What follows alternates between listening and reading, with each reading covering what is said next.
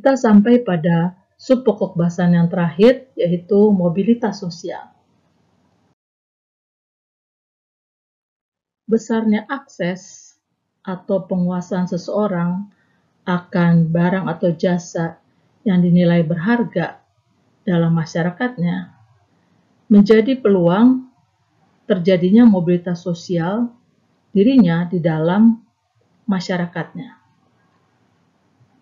Surikin membedakan mobilitas sosial menjadi gerakan sosial horizontal, yaitu peralihan status individu atau kelompok dari satu kedudukan ke kedudukan yang lain yang sederajat.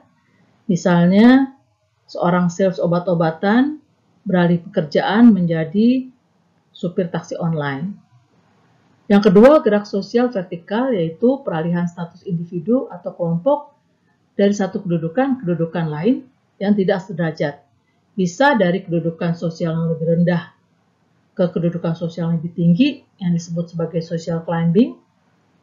Contohnya adalah Hairul Tanjung yang berasal dari keluarga yang miskin, saat ini menjadi salah satu orang terkaya di Indonesia yang mempunyai jaringan bisnis Transmart yang sangat terkenal. Yang kedua adalah gerak sosial dari kedudukan sosial yang tinggi menjadi kedudukan sosial rendah atau disebut sebagai social sinking. Contohnya adalah politikus yang terlibat korupsi, maka seluruh hartanya disita oleh negara sehingga dia menjadi jatuh miskin.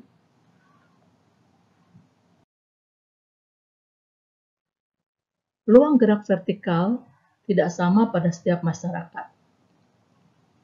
Pada masyarakat berkasta, di mana kedudukan sosial diperoleh berdasarkan ascribe status atau kelahiran, peluang gerak sosial vertikal naik sangat kecil karena sistem kasta di India sangat tertutup. Pada masyarakat feodal, di mana kedudukan sosial juga diperoleh melalui ascribe status, maka peluang gerak sosial vertikal naik pun sangat kecil. Contohnya dalam kerajaan Inggris, tidak menutup mobilitas vertikal, namun tidak mungkin untuk mencapai kedudukan sebagai raja. Beda halnya dengan masyarakat demokratis, di mana pelapisan sosial itu terbuka, kedudukan sosial diperoleh melalui achieve status, yaitu usaha atau perjuangan seorang untuk mendapatkan kedudukan sosial yang diinginkannya. Kriteria pelapisan sosial didasarkan pada prestasi ataupun pendidikan. Di sini tentunya peluang gerak sosial vertikal naik besar.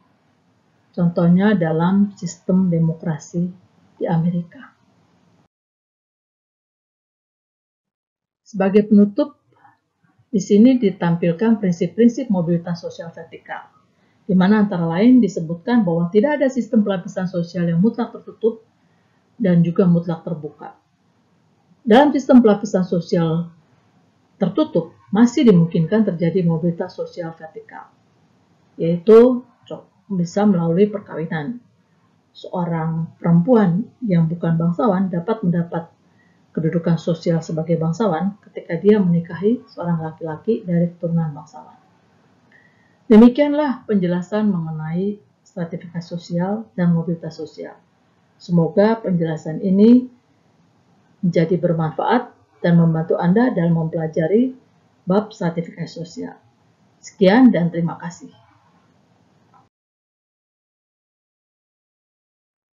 Berikut ini adalah daftar pustaka yang dapat Anda gunakan sebagai rujukan untuk menambah pemahaman Anda mengenai stratifikasi sosial.